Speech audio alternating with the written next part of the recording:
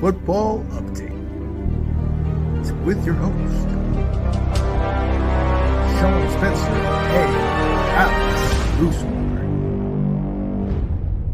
Week 6 scoreboard. We're going to go right into it, touch on the top 25, and there's one undisputed team in this country. And I know you guys you're right there, but they're still on that right mantle. Yeah. The Georgia Bulldogs again make people like me look silly to even question their dominance. And you know what I thought about this? I mean, they killed Kentucky 51-13. But Alex, one of the things that I saw in this game, you said it last week. If you start slow against the Kentucky team and let them be able to control the clock and run the ball, that's going to be an issue. Well, they must have listened because they started very fast. Yep. Carson Beck just started taking the top off the defense. Yeah, they did everything in their power to just end that game early, and they really did. That game was essentially over in the first quarter. I mean, if you look at it, too, as much as we said that Georgia was kind of sleepwalking their way through, they did the same thing last year. They sleptwalked through Missouri, barely survived, and then as they started to get later in the season, you just saw them start to click. I mean, they dominated Tennessee. Once they got to about the halfway point, which is where we're getting now, they just started rolling people. So that might be the case again this year. We'll wait and see, but that's a very good Kentucky team that they steamrolled on Saturday. Yeah. Undefeated coming into this game. That Kentucky team was the great white hope for a lot of us, man. We were like, hey, is this it? Is this it? Could Ray Davis do it? But you know what? One of the things that all of us were talking about that we kind of had an issue with, not even issue, but just kind of we wanted to see more from was that quarterback, Carson Beck. He had almost 400 yards in this game, and I thought this was a statement for him, a statement game. Like you said, going up 14-21 early, there were shades of Stetson Bennett. He looked that good. You know? Yeah, this was far and away his best game. It's not close. I mean, for him to, like you said, just throw the ball essentially at will, do whatever he wanted to do. I mean, he only 28-35, 4 touchdowns, did have the pick, but yeah, almost 400 yards, QBR of 95.6, even with that interception. Phenomenal game by Carson Beck. And this is the game everyone has been waiting to see from this kid. Everyone was like, is this really the guy that's going to lead them back to a national championship? And if you look at this past Saturday, the answer is a pretty resounding yes, that he is that guy. Absolutely. But now, if you were to ask PJ Fleck, he'd say there is one team in this country that is extremely deep and, in his opinion, the best team in the country. And look, Minnesota, they showed up to the stadium, but that's about it. 52-10, Alex. This was never in question. I mean, we talk about statement wins. I mean, come on, that's a flex for Michigan, baby. What's up? And I mean, like, we're starting to get to the point of Michigan playing some real teams. So it's exciting to see. I mean, I know you'll remember this from a couple weeks ago. We had the whole thing where Misador was saying we didn't play anybody and all that. So I fired back this past weekend of it took 5 games for us to allow more points than you did to Boston College, but which it took 5 games for us to give up 30 points. Through 6 games, we've given up 40. We haven't allowed a first and goal, we haven't allowed an and goal situation. Nobody's been inside our 10. They've scored touchdowns, obviously, but our defense has scored more touchdowns than they've given up. And I think the most impressive thing for me, and it goes in line with what Fleck was saying, is most of these games this year, we've gone 3, 4, sometimes even 5 guys deep at positions, and they're still succeeding and doing very well. Like, we went three quarterbacks deep and still throwing the ball well, throwing passing touchdowns. Denigal looked really good. This offensive line looks to be a front runner again for that Joe Moore Award, which we've won the back-to-back years. The running game's starting to click. Edwards is starting to wake up. This Michigan team is extremely deep. Now they just need to put it together when it matters. We've done it when it matters in the regular season. Now it's just got to come playoff time. Oh yeah. And one thing I am noticing, man, is that offense has incredible balance to it. It's not just the run game. You have Edwards, you have Corum, and they're both eating. But J.J. McCarthy's also getting it out there, and you're seeing not just Wilson, but you're seeing multiple receivers start to, step up and really become a threat, man. And then like you said, the depth of the team with that strong defense, that O-line holding things together. Hey, yeah, you guys are far and away, in my opinion, up there. You're on that mission to get back to where you need to get to. But like you said, now it's starting to get a little colder, and the games are starting to get a little tougher. So we'll see what happens, man. We'll see what happens going on. But, hey, going down the list, Red River Rivalry, the last ever Red River Rivalry. And, Alex. I think that's the Big 12 championship game. I feel like that's pretty clear. These two are far and away the top two teams in the Big 12, no question. Oh, absolutely. And I'm going to tell you something. You and I both were horns up Texas. I mean, we thought they were not far and away, but it was more that Oklahoma hadn't played anybody. Yeah. And if there was one team that came and showed how tough they were, it was OU in this ball game. Yeah, and they did a perfect job taking advantage of the Texas mistakes. Ewers had the 2 picks. I believe he lost a fumble as well. He did. But they turned those into scores. Texas gave them the ball with a little too much time left. And to me, I thought they made a mistake not using the timeouts on that last drive that Oklahoma did. Because you let them run so much time down. You got the ball back with, 6 seconds left, something like that? Able to get to midfield and then throw a bomb down the field. But even if you give up that touchdown, if you use the timeouts, you're getting close to 30 seconds left where you can use the sideline, you can get out of bounds and progress yourself down the field to where you might actually get a 20 to 30 yard play instead of a 50 to 60 yard play to win you the game. So I thought that was poor management by Sarkisian. But overall, I mean, even Ewers with the 2 picks and the fumble, still only 6 incompletions, was very, very efficient. 31 to 37, just under 350 yards and a touchdown. But those 2 picks killed them.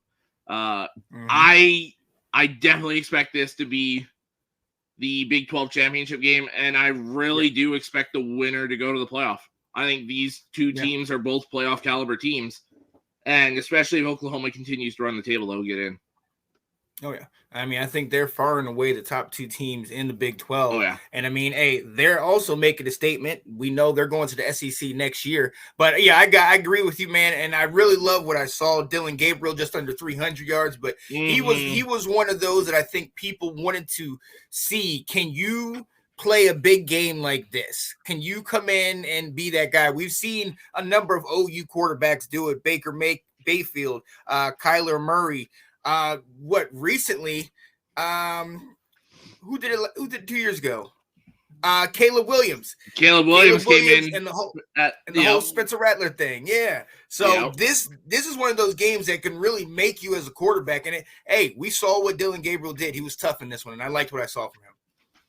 Yeah, and I mean, if you listen to the broadcast, they were talking about how when Gabriel decided to come to Oklahoma, this was the main reason why, to play in games like this, the big time matchups against Texas, and he was so upset that he didn't get to play last year. Yeah. So he came in and laid it all on the line in this game, got them the win right at the end of the game, played phenomenal. I was very impressed with how he played. Yeah. So definitely, love what I saw from him, but I definitely agree that OU is that caliber. So I don't think Texas falls that far, and they will meet again in that Big 12 championship. Let's go on down the list on a game that you were personally invested in. You had your eye on it most of the day, and for most of the game, Maryland was holding tough, man. They gave Ohio State everything they can handle, but unfortunately, like in years past, they give you everything they can handle for a half, and then it just kind of falls off. Ohio State took it over late, and I expected this, but I'm glad. I was really hoping Maryland was going to do it for Nathan as well as for us. Yeah. And I mean, for me, this doesn't show me anything about Ohio State. It really doesn't, because Maryland beat themselves in this game. When they started the game off, they were running the ball, pounding the rock, and using the passing game off of that. And it was working. They were flying down the field. Ohio State had no answer defensively. And then Talia throws that first pick. And then all of a sudden they just go full air raid and just completely abandon the run, which confused me so much. But I mean, even going in to the fourth quarter, you were only down 3. It was 2017 Ohio State. They were pressuring McCord all day. That Ohio State offensive line is not good right now. Yeah. They got a lot of problems to fix, both in communication just between the 5 guys and just the overall performance. The execution is very lacking right now for them. I do actually think their defense is well above average this year for Ohio State. It's one of the better defenses in college football. They're playing very well, but that secondary can still be exposed. Yeah. I think I still believe Penn State's going to beat these guys. I really do. Well, hey, we're going to see. That's going to be a great game. One thing we do know, Marvin Harrison Jr. did what he needed to do today. Over 158 receptions and got himself in the end zone once, man. So, hey, shout out to him, because that's one of the things McCord knows. If I get him the ball, we will have success. But I think this was about, like you said, Maryland's issues, but that Ohio State defense, once they started turning it up a little bit, it was one of those, we're not ready for Maryland. You know, Talia, he was doing the best he could when they were running, but things just started changing, man. Once that momentum switched, man. Well, and 2 things were true from this game. Maryland is the 4th best team in the Big Ten. But there is still a sizable gap from the top 3 to everyone else. Yeah. Absolutely. Yo, we got to move on. I had to adjust my hat because for the first week in a while, Alex, it wasn't close.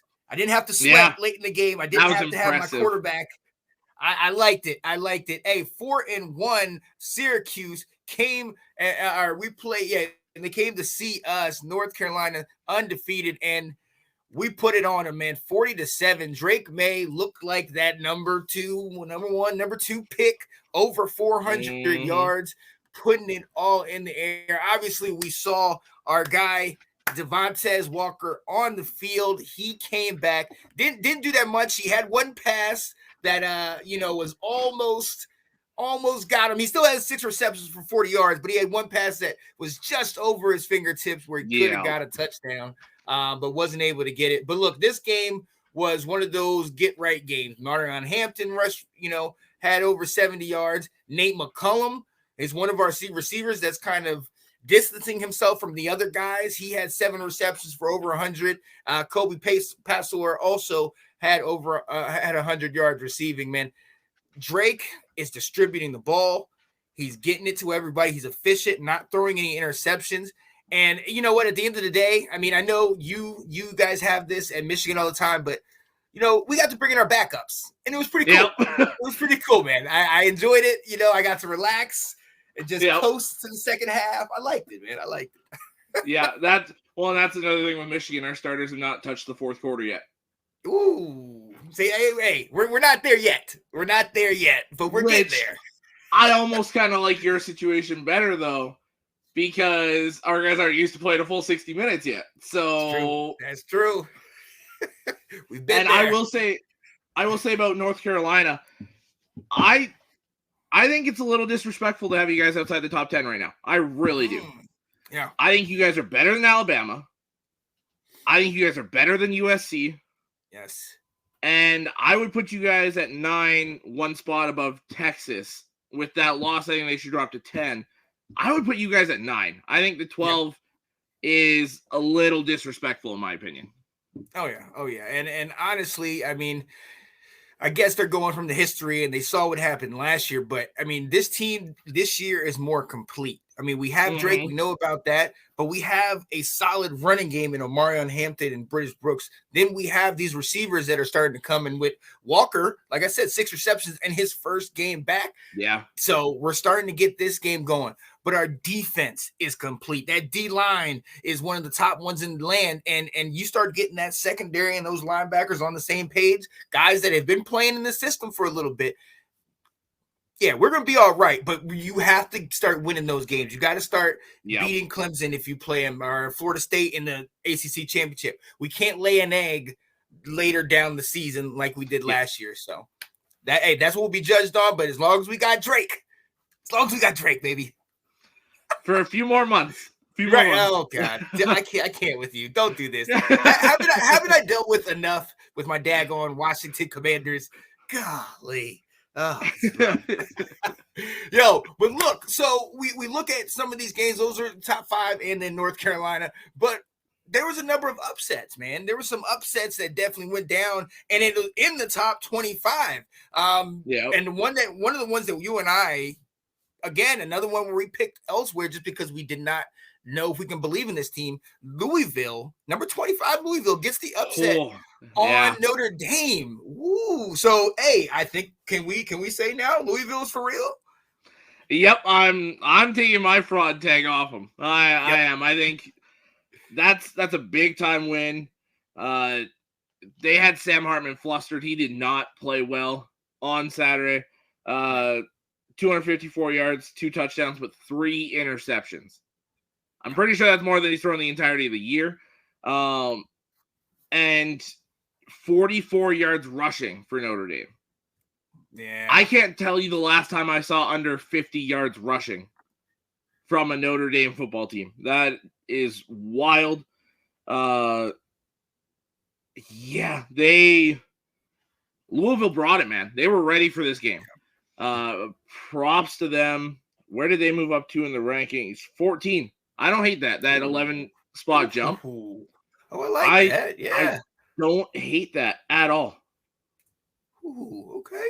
Yo, hey, and Jahar Jordan, I gave him my game ball a couple weeks ago, and like I said that week, he's a game breaker, and he's that running game for Louisville sets up that pass. He had 21 carries for over 140 yards and 2 TDs. And I, over at Louisville, the head coach is Jeff Brom, used to play for the team. I think the OC is Brian Brom, his brother. There's a whole Brom community in there, and hey, they are resurrecting that team. I'm not sure that I've seen Louisville with this much attention since, I got to go back to the Lamar Jackson days. Yep. You know what I mean? I was going to say Malik Cunningham didn't give them this kind of attention. So, yeah, it's absolutely back to that Lamar Heisman season. It's the last time they've had this kind of attention, I think. Oh, yeah. Oh, my goodness. I kind of believe this. Yeah. Oh, God. It's going to be really interesting to see the quarterback situation for both those teams. Because that's 2 borderline elite football teams and with big holes to fill at quarterback. Yeah. So, and it's going to be interesting if it's guys already there, if it's incoming freshmen, is it transfer guys? Right. Like it's going to be really interesting to see how UNC and FSU fill their quarterback spots next year.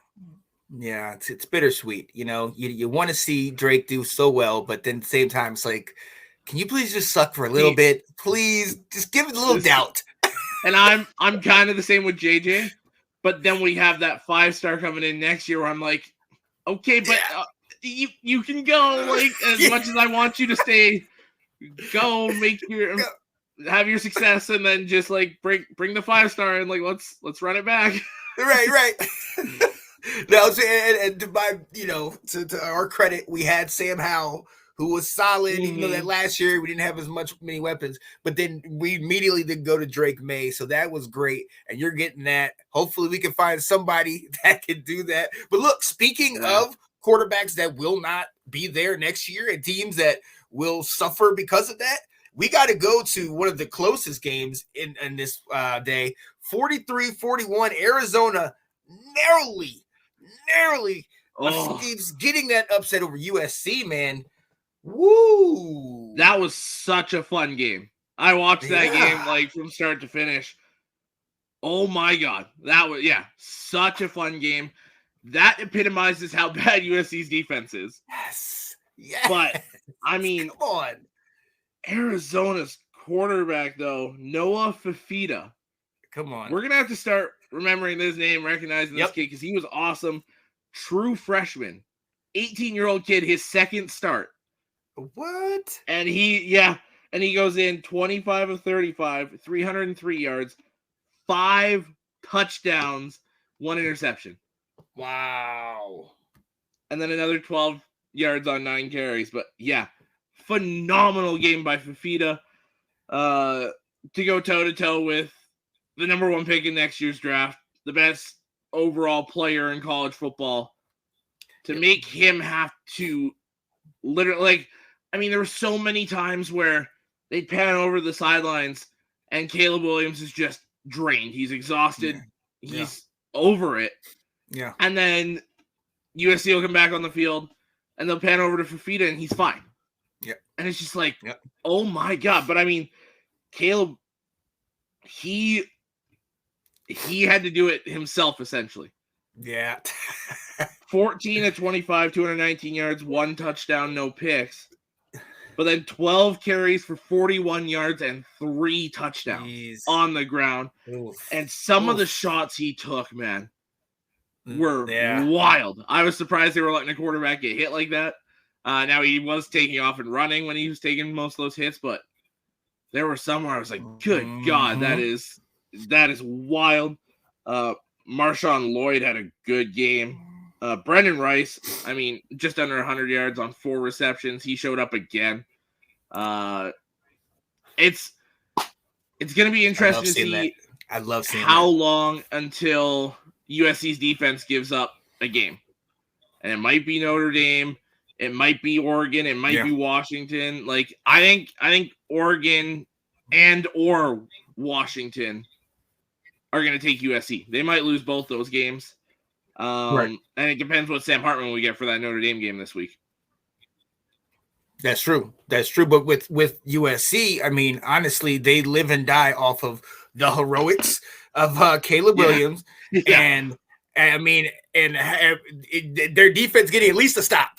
Their defense. Because that's really all it's been. It's been holding them from just bend but don't break. You can bend all the way, but just do not break at the end and give Caleb the opportunity.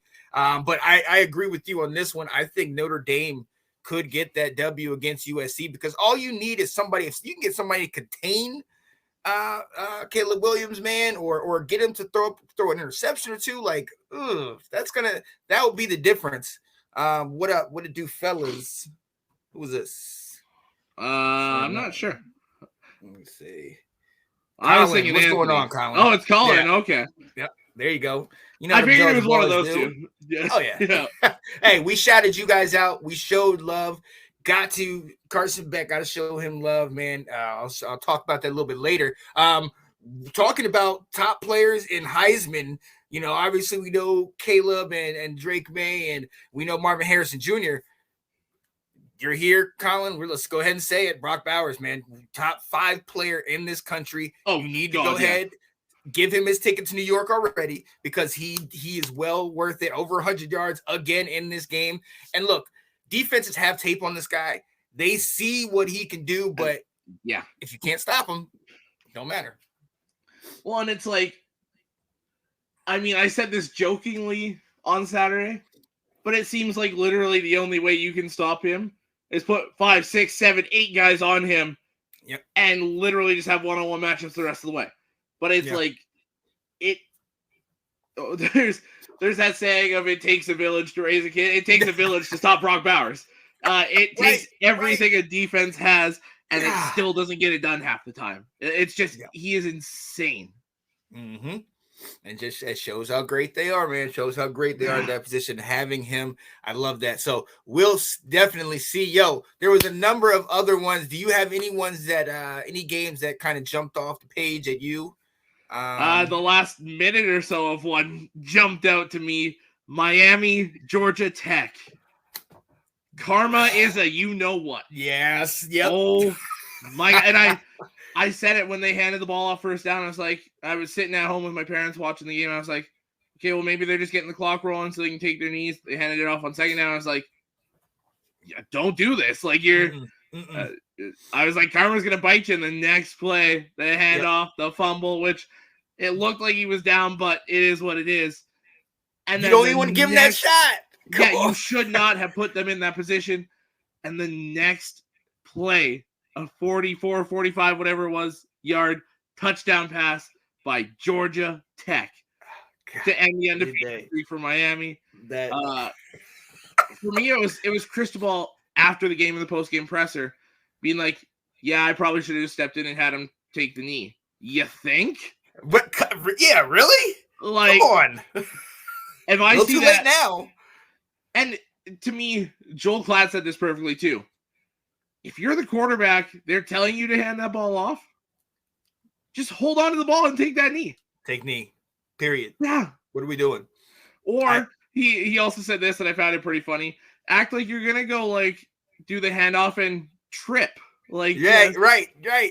Make sure that ball does not get handed off. Oh, it drove me up the wall. They got absolutely what they deserved with that. Oh, absolutely. That's a bonehead decision or not decision to take the knee. Yeah. And the first thought that I had as soon as I saw him hand it off was the miracle in the Meadowlands.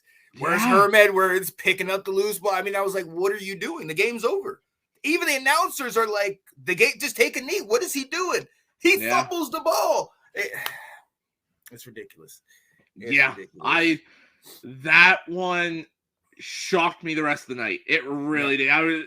I'm watching the USC Arizona game, and I'm still like, why didn't he just take the knee? Like, I was still like, just like, oh, this is a great game, and just right back over to that game, like just thinking about it. Yeah, absolutely, just ridiculous. Yeah. Wow. Ridiculous. Completely.